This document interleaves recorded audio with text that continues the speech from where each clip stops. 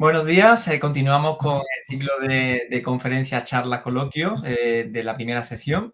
Una vez que hemos hablado con Diego Blázquez Martín, que ya nos ha hablado sobre las políticas públicas de la Administración General del Estado en materia de memoria democrática, vamos a conversar con una colega de la Universidad de Córdoba, con la profesora Irene Blázquez Rodríguez, que es profesora titular de Derecho Internacional Privado de la Universidad de Córdoba y también miembro del grupo de COMESI.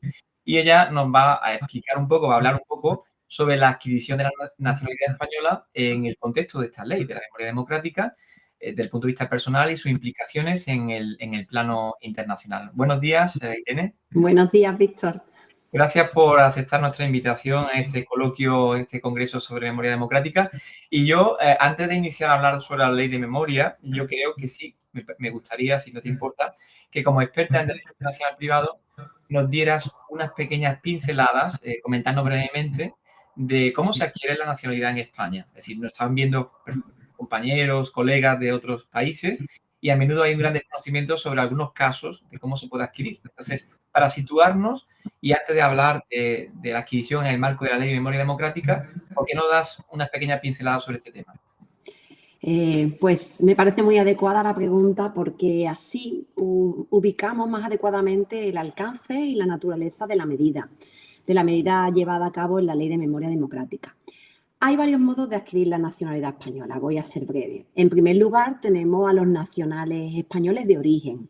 En un país como el nuestro, que sigue fundamentalmente el criterio ius sanguinis, pues ya lo sabemos, si tu padre o madre es español, tú devienes de origen español.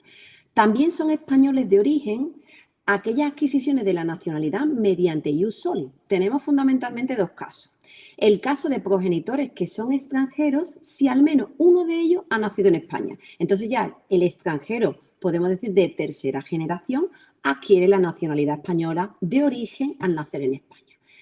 También, para evitar los casos de apatridia, sería el caso de los nacidos en España, de aquellos padres que o bien carecen de nacionalidad o bien su ley de origen no otorga la nacionalidad al nacer. Es el caso de las mujeres, muchas de ellas del África subsahariana, que vienen embarazadas y su ley nacional de origen, leyes de origen, de carácter musulmán, no otorgan la nacionalidad de la mujer, sino solamente la del marido. Como el marido o el padre es desconocido, el hijo es apátrida y adquiriría la nacionalidad española. La otro modo de adquirir la nacionalidad que tenemos es por naturalización. Aquel extranjero o extranjera que ha residido en España de manera legal y continuada durante 2 años, si es latinoamericano o procedente de Portugal, o 10 años si es de otra nacionalidad, pues obtiene la nacionalidad española. Otro caso, por carta de naturaleza, cuando concurren en la persona circunstancias excepcionales. Es el caso de los deportistas de élite, sobre todo cuando se acercan las Olimpiadas hay concesiones de nacionalidad exprés. Todo ello muchas veces con la mira de aumentar el medallero español. Y por último tendríamos, y aquí se encuadra la tipología en la que estamos, la adquisición de la nacionalidad por opción. Es decir, la nacionalidad no se adquiere de manera automática, como podría ser en el primer caso, sino que precisa la voluntad del interesado. Hay varios supuestos, nosotros vamos a destacar uno de ellos, que es el que nos interesa. Tiene derecho a optar a la nacionalidad española las personas extranjeras cuyo padre o madre hubiera sido español y nacido en España. Bien, entonces en ese marco, entonces ya más o menos ya sabemos ubicar un poco la novedad de la ley de memoria, pero ¿qué supone la ley de memoria democrática para la adquisición de nacionalidad? Entonces, en todo esto, en este contexto. Pues la Ley de Memoria Democrática, en su disposición adicional octava, reconoce 3 supuestos de adquisición de la nacionalidad diferentes. Instituye un derecho de opción a la nacionalidad española para los descendientes de exiliados. Entonces, estamos ante una medida de gran relevancia para reconocer una identidad personal y familiar y reparar la situación de los descendientes de aquellos que padecieron persecución o violencia durante la Guerra Civil y la dictadura. Es sin duda una medida que también tiene una gran repercusión en cuanto a memoria personal y familiar de todos aquellos que se vieron obligados, como sabemos, a exiliarse por razones políticas, ideológicas, incluso por razón de sexo o de género o por creencias religiosas.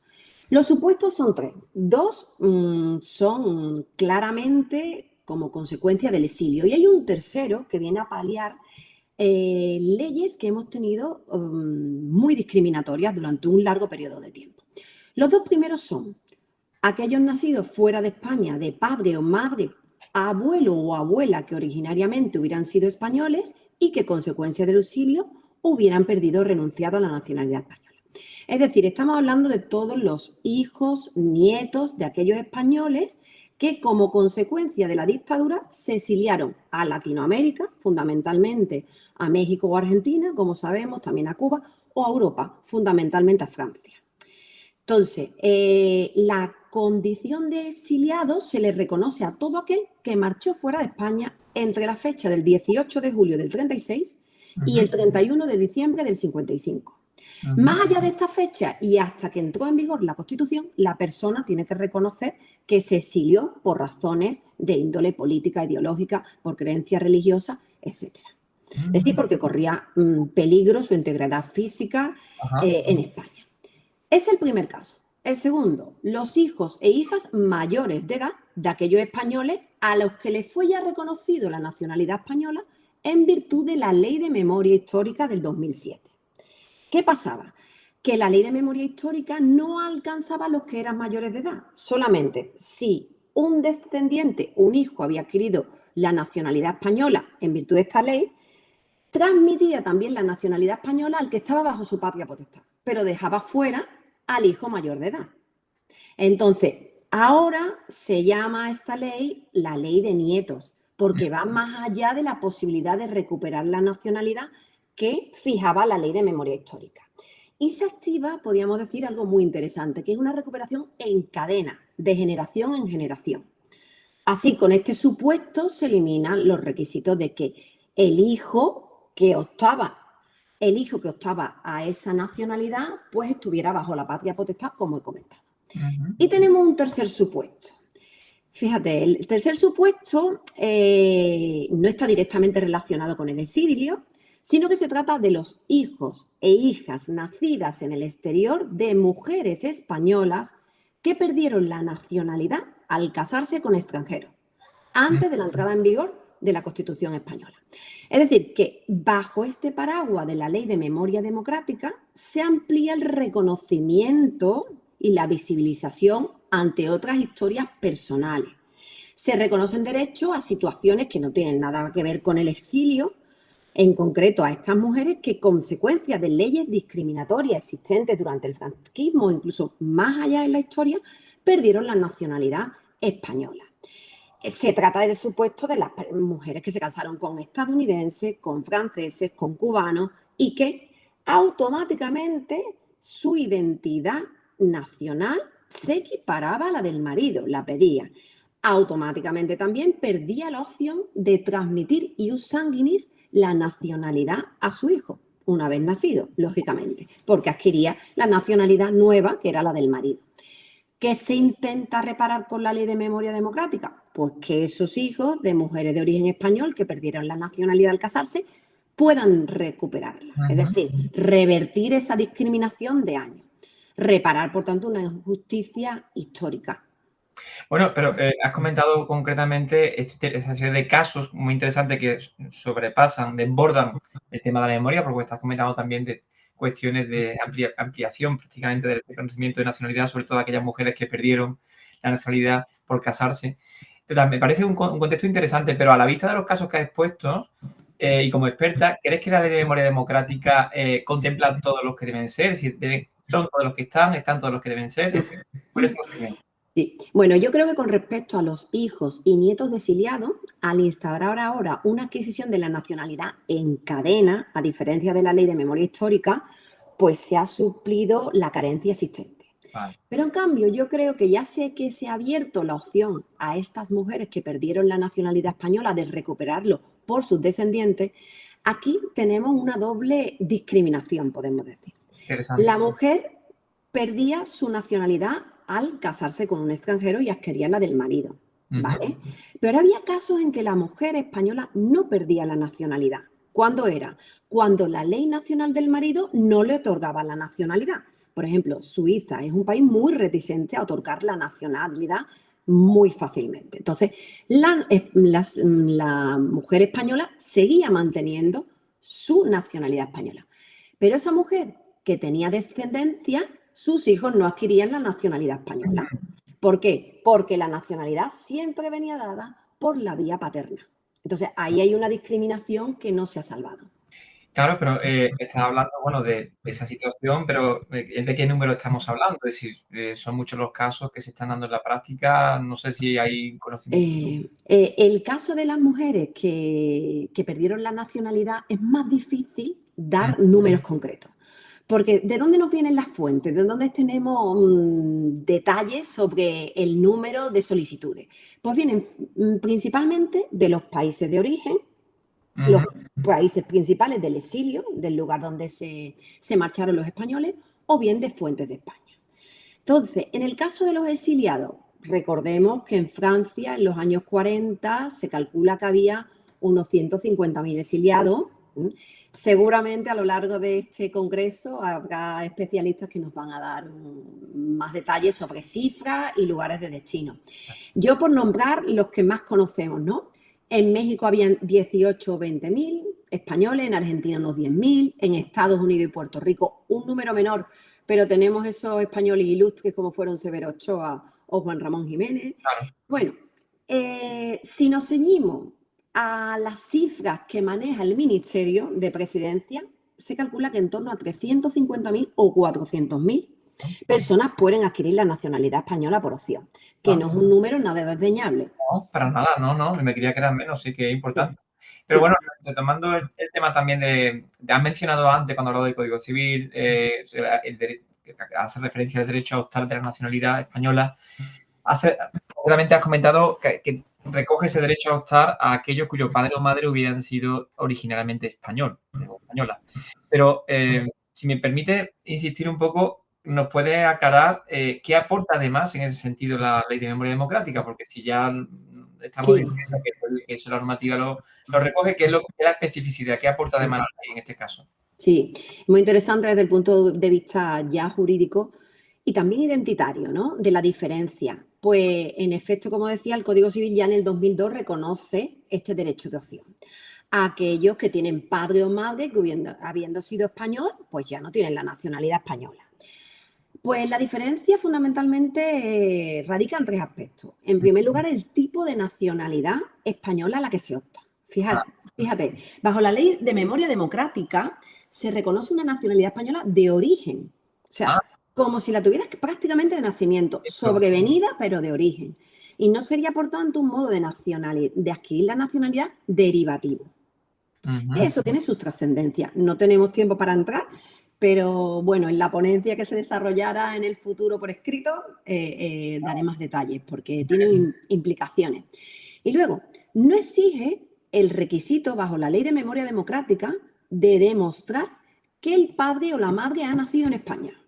Que muchas veces que estamos hablando ya de un transcurso del tiempo relevante, se salió de España de la manera en que se salió. Entonces, tener que demostrar el nacimiento del padre o de la madre en España, pues es una dificultad añadida en algunos casos. Y por último, una cosa interesante. El nuevo español, bajo la Ley de Memoria Democrática, no está obligado a renunciar a su nacionalidad de origen. Es decir, estamos hablando de personas que han nacido, se han criado, segunda y tercera generación, en México, en Francia, en Argentina, que se sienten mexicanos, argentinos igualmente y que tienen sus raíces españolas. Entonces, ahora se otorga una nacionalidad que da lugar a una doble nacionalidad legal. La persona puede mantener las dos nacionalidades. Porque en España, salvo si el caso está bajo acuerdos de doble nacionalidad, se está obligado a renunciar a la nacionalidad de origen para adquirir la española. En cambio, en este caso no. Se es consciente de la doble identidad de la persona, de querer recuperar las raíces de la persona y se reconoce una doble nacionalidad legal. Pues, bueno, pues qué interesante esta novedad. Pero bueno, retomando un poco en tu conferencia o la charla, el título que has dado a tu intervención, A mí me ha llamado la atención cuando propusiste el título y hablabas de adquisición de nacionalidad española y memoria democrática, pero decías o dices de derecho personal a sus implicaciones a nivel internacional. Es decir, ¿tú calificas esa adquisición como un derecho personal? ¿Qué quiere decir cuando hablas de adquisición como derecho personal? Bueno, más que la diferencia jurídica estricta entre derechos personales y derechos reales, que todos conocemos en el Código Civil desde el punto de vista del derecho privado, yo alego a un derecho personal porque considero que es básico un análisis de la cuestión desde la persona. Es decir, ¿qué supone para ese hijo o nieto de exiliado español este derecho de opción a la nacionalidad española? Me refiero al derecho de la persona como pretensión exigible y fundamentalmente atendiendo a sus implicaciones. Las implicaciones son de diverso tipo, pero fundamentalmente estamos ante una medida, no se nos olvide, de reparación de un daño, que no se queda exclusivamente en la persona que se exilió, sino que alcanza a sus descendientes. Claro. Eso, por un lado. Junto a esta reparación, la visibilización de las consecuencias de esos años de dictadura sobre los que se fueron por diversos motivos. O sea, la visibilización de esas realidades personales que en muchos casos están olvidadas y que forman parte de la memoria de nuestro país también. Y por último, e hilamos aquí con lo jurídico, el reconocimiento de una realidad personal, de una determinada identidad personal, junto con la nacionalidad que se ostenta en esos momentos, la mexicana, la cubana, la francesa, los hijos, nietos de exiliados, tienen una realidad identitaria que se obvia. Esas raíces y ese sentirse españoles.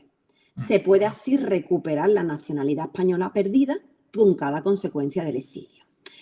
Porque, insisto, no olvidemos que la nacionalidad es el vínculo que mejor respeta la identidad de la persona en el plano internacional y en el plano nacional. Entonces, en muchos sistemas jurídicos, como en español, de la nacionalidad depende la ley personal del individuo. Es decir, es la ley, si yo me encuentro en otro país, la ley que va a regular cuestiones apegadas a mi persona, como son el nombre, como son mi capacidad o rige relaciones personales.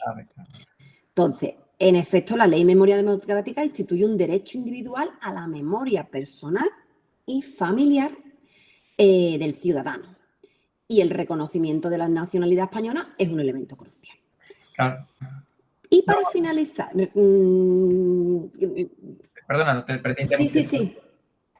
¿Quieres añadir algo, Víctor? Perdona que te he cortado también. Quiero decirte, no, que me parece muy interesante, sobre todo lo último que has comentado sobre el tema de la identidad. Es que como derecho personal, hay mucha jurisprudencia de la Corte Interamericana de Derechos Humanos que hace referencia a que la identidad es la base del ejercicio de los demás derechos fundamentales, ¿no? Porque, claro, uno se identifica como algo y a partir de ahí se proyecta, como tú has comentado, una serie de derechos, ¿no? Perdona, en efecto, el reconocimiento de tu yo civil y como persona. Y para finalizar, y ya esto va a hilar también con la otra noción que aporto en el título, la principal implicación para la persona que ve reconocida su nacionalidad española es la posibilidad de iniciar un proyecto migratorio, lógicamente. Difícilmente para aquellos exiliados españoles que hoy son franceses, porque ya al ser ciudadano de la Unión puede venir a residir, a trabajar en España cuando deseen. Pero estamos hablando que la inmensa mayoría de solicitudes que se han presentado son hijos, nietos de mexicanos, argentinos, cubanos, que son nacionales de terceros países. Entonces, con la adquisición de la nueva nacionalidad, se abren las puertas de España y de Europa. Claro, pero entonces claro, está claro que tú has hablado de un derecho personal que tiene, como tú has dicho en tu título, implicaciones a nivel internacional, obviamente, entre ellos el flujo migratorio, ya empezamos con una de ellas, pero tú ahora, claro, dos cuestiones. Por una parte, más allá de esas implicaciones de inmigración, tú ves otras a nivel internacional y después tú has comentado algo que a mí me llama mucho la atención, claro, hablando de Europa. Está claro que España tiene soberanía para determinar los criterios de nacionalidad como otro país, pero eso tiene repercusión en el ámbito de la Unión Europea. No sé si cómo lo viven o lo han vivido como los socios europeos, porque eso es una puerta para entrar sin problema en el resto de la Unión. Efectivamente. Mira, las implicaciones a nivel internacional y en concreto a nivel europeo, como muy buenamente has apuntado, son varias. Ahora las vamos a detallar muy brevemente, pero el origen de estas implicaciones es único. A las que en la nacionalidad española, esas personas antes extranjeras, en la mayoría de los casos nacionales de terceros países, devienen, junto con ser nacional español, ciudadanos de la Unión Europea. Recordemos que la ciudadanía de la Unión es la cualidad derivada que complementa la tenencia de las nacionalidades estatales, y la nacionalidad estatal, hoy por hoy, es la llave que abre la cerradura de ser ciudadano de la Unión. Entonces, ¿cuáles son las implicaciones a nivel internacional? La principal, entre los derechos que se reconoce a todo ciudadano de la Unión, es la posibilidad de entrar, residir y trabajar en cualquier Estado miembro de la Unión. Ya. Así las cosas, los nuevos españoles, hijos, nietos de exiliados, tienen derecho a circular libremente por Europa. ¿Es óbice que tengan otra nacionalidad de tercer país, mexicana, cubana? No, porque ya desde el año 92, con la sentencia Micheletti, un caso de un ciudadano italo-argentino, ya dijo el Tribunal de Justicia que ese ciudadano a todos los efectos es nacional de un Estado miembro y que los otros estados, el Estado miembro anfitrión, pongamos, los nuevos españoles, pues deciden irse a Francia o a Italia en lugar de España, no pueden, bajo el tamiz de su ley nacional, poner cortapisa alguna a este nuevo español, sino que tienen que totalmente reconocer esa nacionalidad otorgada por un Estado miembro, en este caso España. Son españoles 100%, aunque tengan una nacionalidad de un tercer país. Claro, pues sí, porque has puesto el caso de Italia, que obviamente en Italia la legislación italiana además es muy laxa en estos casos. Totalmente. Y hay más italianos fuera de Italia que dentro de Italia. Sí, sí. Es cierto, ¿no? Entonces, sí. Y ese fue el origen del caso, un italiano, claro, un italo-argentino que quiso, Mario Micheletti, residir en España, porque le era más factible, era más fácil reconocer su diploma en España, hablaba español y no italiano, y se quedó claro, la autoridad española no puede poner bajo el tamiz del Código Civil, exigirle requisitos extra para entender que se entienda que es italiano o no. Es italiano a todos los efectos. Y luego, fíjate, Víctor, si ya 350.000 o 400.000 personas beneficiarias te parecía un alto número, otra implicación, ese derecho de libre circulación va más allá del nuevo español, porque esos son los beneficiarios directos, claro. Pero tenemos los beneficiarios indirectos, los derivados, que son los familiares.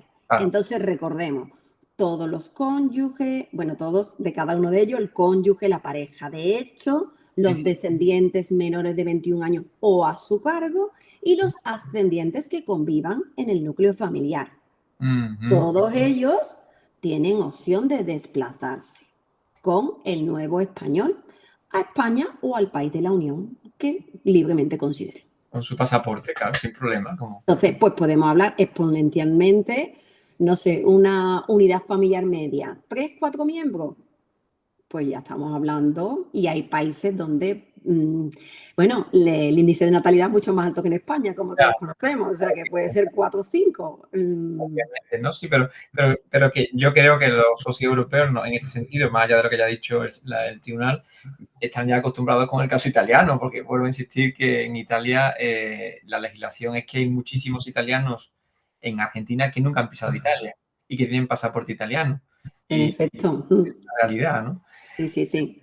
Pues, Irene, pues con esto más o menos... Quizá una breve nota, Víctor, que no te he contestado, ¿no?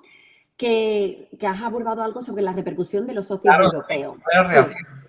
Yo creo que no va a haber obstáculo alguno, porque lógicamente, y lo has dicho tú también, es un principio básico de derecho internacional que es soberanía estatal determinar los modos de adquirir, perder y recuperar la nacionalidad española.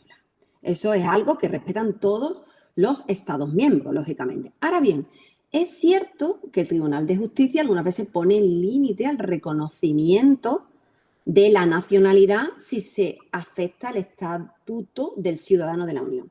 Y también hay veces que las instituciones europeas fiscalizan determinados modos de otorgar la nacionalidad, como el caso de Chipre y Malta, que fue muy sonado, que otorgan la nacionalidad a personas con un alto nivel de recursos económicos. Ah, Entonces se ha hablado y se han abierto expedientes, dictámenes por parte de la Unión de que se está hablando casi de la ciudadanía de la Unión en venta. claro, Entonces, pero es que la vía abierta por la Ley de Memoria Democrática para adquirir la nacionalidad española es completamente diferente. Aquí no hay connotación económica alguna. Recordemos que tiene una finalidad reparadora y por otro no olvidemos que se trata de personas que tienen una estrecha vinculación con España. obviamente. Y ya por terminar, ¿no? Y además siempre me gustó un poco con terminar en esa identidad común europea. Europa está muy comprometida con la defensa de los derechos humanos Claro, y el compromiso de honrar a las víctimas que se opusieron a la dictadura y a otros regímenes totalitarios. Y esto en causa, lógicamente, con una medida de reparación, de justicia y de visibilidad. totalmente, Sí, totalmente. sí, Pues interesante, Irene. Pues no, la ley de memoria democrática da para mucho, porque, sí. bueno, yo no ha comentado antes, bueno, concretamente Diego Blas, que es el director general de Memoria Democrática, cómo fuera un poco toda la evolución de la creación de esa ley, de las políticas públicas. Esto nos está avanzando ahora. Bueno, pues uno de los, podemos decir, resultados estrella o una serie bueno, de medidas clave en la nueva ley, que es la ley que la posibilidad de adquirir nacionalidad española por un procedimiento determinado para recuperar esa memoria y restaurar también los agravios que se han producido en una generación.